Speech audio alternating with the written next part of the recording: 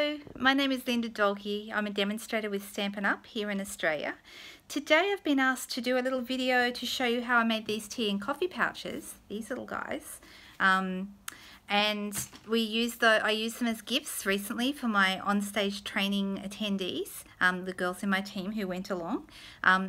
Most of the product I'm actually using on these, or a lot of the product, is actually retiring, so I thought I'd better get in and make the video soon before it's gone. I hope you enjoy it. So I had a few requests on how to make the coffee and tea pouches that I made for my team when we went to our recent training day at Onstage. Please excuse my cockatiel who can hear my voice and has decided this is a good time to call out and see what I'm doing. So yeah, he's just going to chirp away in the background there and hopefully go quiet, maybe not. So these are what I actually made. You can see they're all a little bit different. I've got different coffee cups, or this one's got a little I don't even know, juggy thing, whatever you call those. There's a special name, I know, but I don't actually use one, so I don't know what that's called.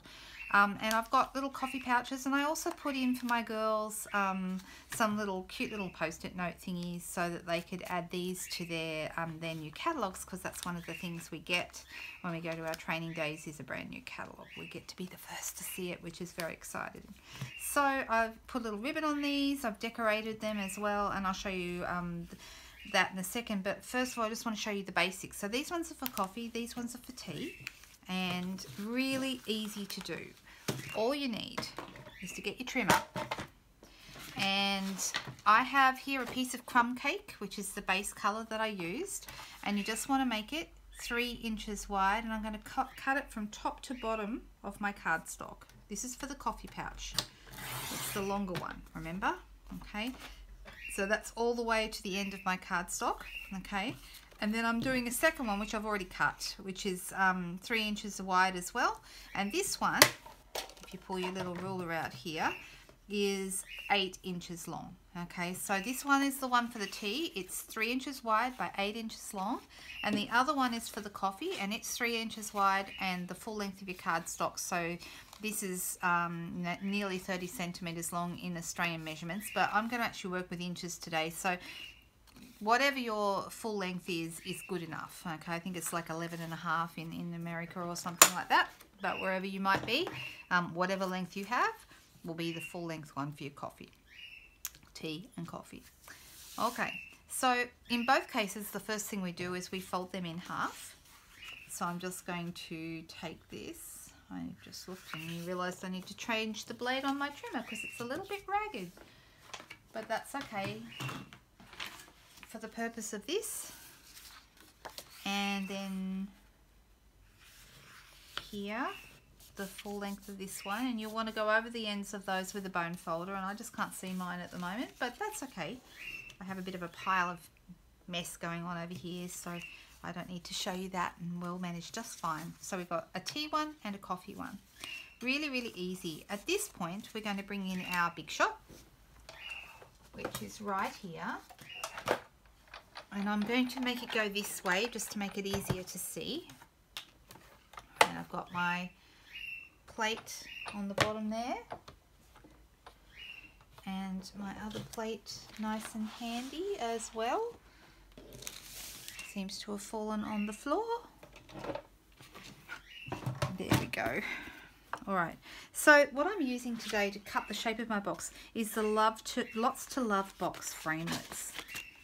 And these are really cute. They're available in our Occasions catalogue, but I must tell you, nearly everything I'm using today, not the Big Shot or the cardstock, but just about everything else is being discontinued. So this Lots to Love box is actually going to be discontinued next month, so in only a few weeks time at the end of May, unless it's sold out first. And you can see I've got the heart in here that I used on the front of some of my coffee pouches as well.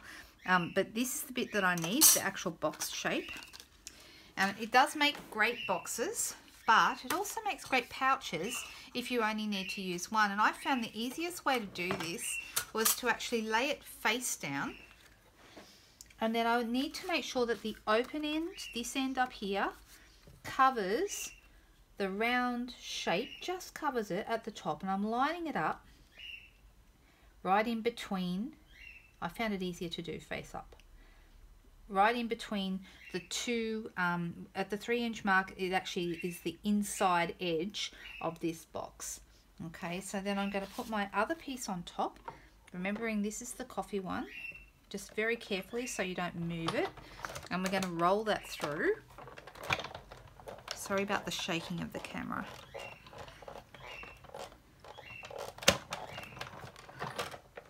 Okay, and you can see I've gone fairly close to the top because I wanted to get the benefit of as much length as I could. That will just take off, and now I've got this shape here. Okay, so I'm going to do exactly the same thing with the T one. I'm going to put that open edge at the top, and then I'm going to line it up in between, exactly in between those two edges, and then I'm going to pop my other plate on carefully, and I'm going to roll that through. So now I'm making the T one, the shorter one.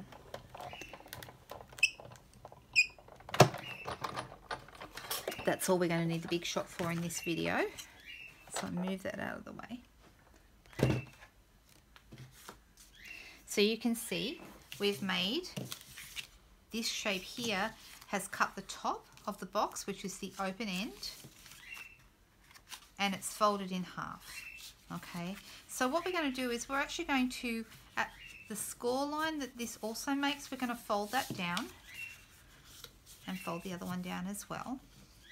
And at this point you can also go ahead, and I would probably add tape or very strong adhesive to this edge here. So the bit where this is going to make contact, we just want to go from here, and you want to make sure it's right along the edge, just below that score line. Same on the other side. And we're going to do the same thing with the coffee one.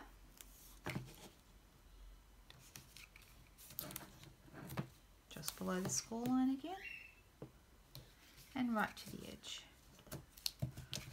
Take off those. The hardest part about using tape, in my opinion, is getting the backs off sometimes. This one isn't too bad. I don't know if you guys remember the red adhesive we used to have, our sticky strip. Man, that stuff was hard to get the backs off sometimes. And then it stuck all over your fingers, and yep. So you can see now that the shape that this is making. Don't stick this flap down. We're going to leave that loose. And then we're going to do the T one. I'm trying to do both at the same time.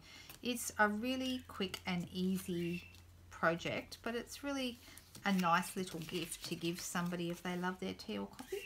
And for my girls, they didn't all love a tea and coffee. Some said neither, so they got hot chocolate, those girls. Alright, so I've cut a couple of pieces of paper here to decorate this. So I want to put the piece of paper down before I adhere this down. And the size of the paper here, okay, it's 2 7/8 of an inch wide, so slightly less wide than the original cardstock. Okay, so it just fits inside, and I've made it 4 inches long this way. So 2 7/8 this way, and 4 inches exactly this way. And then all you got to do is get some snail, and I'm just going to pop that over the back here.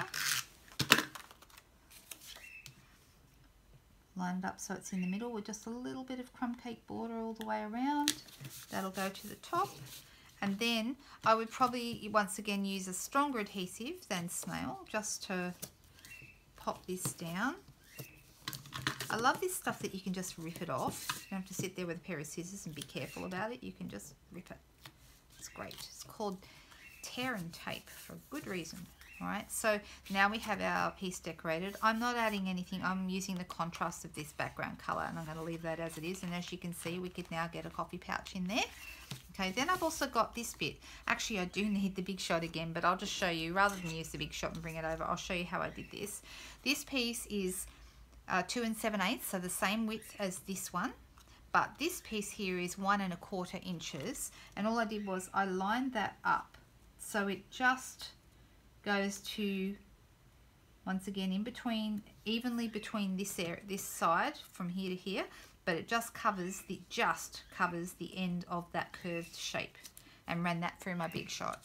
So then I get the curve, which as you can see is like so, and that piece, once it has been cut with the curved edge, will go just here.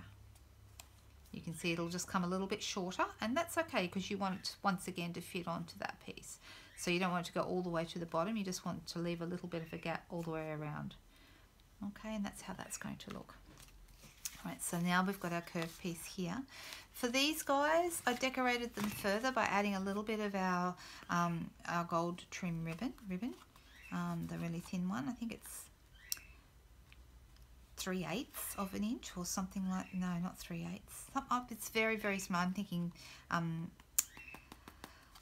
yeah, just a really thin ribbon anyway, but you can use any ribbon you like. And then this one here is actually from that same die set that I showed you guys a moment ago. So remember I showed you the heart? Well, I cut that out of foil. This is actually fussy cut. I did actually cut these. Now these are cut from the paper. So the paper that I'm using is this stuff here, okay, and it's actually really lovely. So see, that's that one that I just showed you. This little guy here is this one, and I actually really like these. But what's really cool is if you use the if you want to put these little coffee cups on, which I think are really cute, and there's another one here. See, there's a different one there, and they come from the same paper, this one and this one. There is actually a die in the coffee cups framelits that cuts those out. So if you hate fussy cutting, you can actually use this little die. And we don't have a die for all of these shapes, but there is a die to fit those. Aren't they cute? And you can put those through and cut those out. So that will save you some time if you don't like fussy cutting. This paper is beautiful. So you've got lots and lots of different designs in there. I actually think they're all fun. But actually one that is really fun is this one on the back of that stripy paper. You've got the little coffee rings. I think that's really cool. But I do like them all. Okay, and for the tea one, I did exactly the same measurement for this piece, for the circle piece, and the same width, 2 7/8. But in this case, let's just quickly measure that for you. This one you would do at 2 1/4 wide. So 2 7/8 wide this way, and then 2 1/4 long, which is going to fall just short of that. So if you start measuring it, like when you line it up, when you glue it down, stick it down towards the bottom first. It doesn't matter if it doesn't quite go to the top because you're going to be folding this bit over it anyway. So that's how that works. So they really are very easy.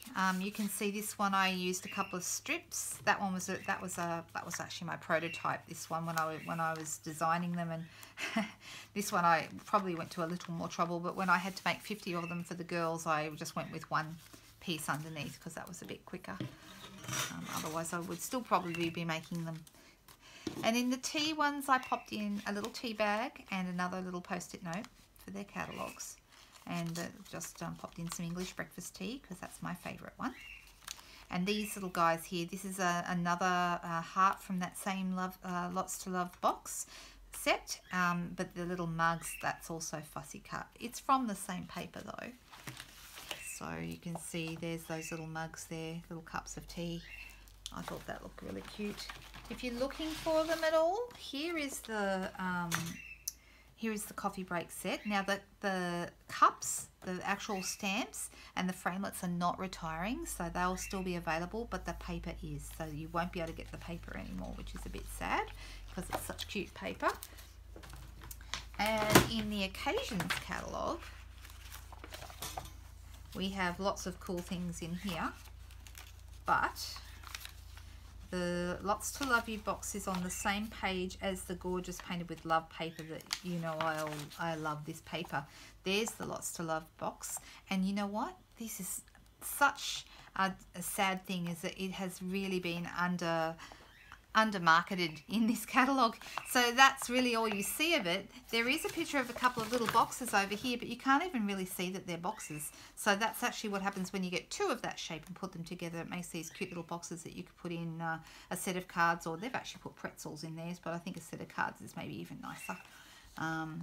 So yeah, it's not very well displayed in the catalogue, but it is a great little box and it is retiring. So this one is actually saying goodbye. So I hope you like that, guys. I hope it's helpful. I've popped up the measurements on the screen so that you can go back over and freeze frames so that you can see what they are if you need to.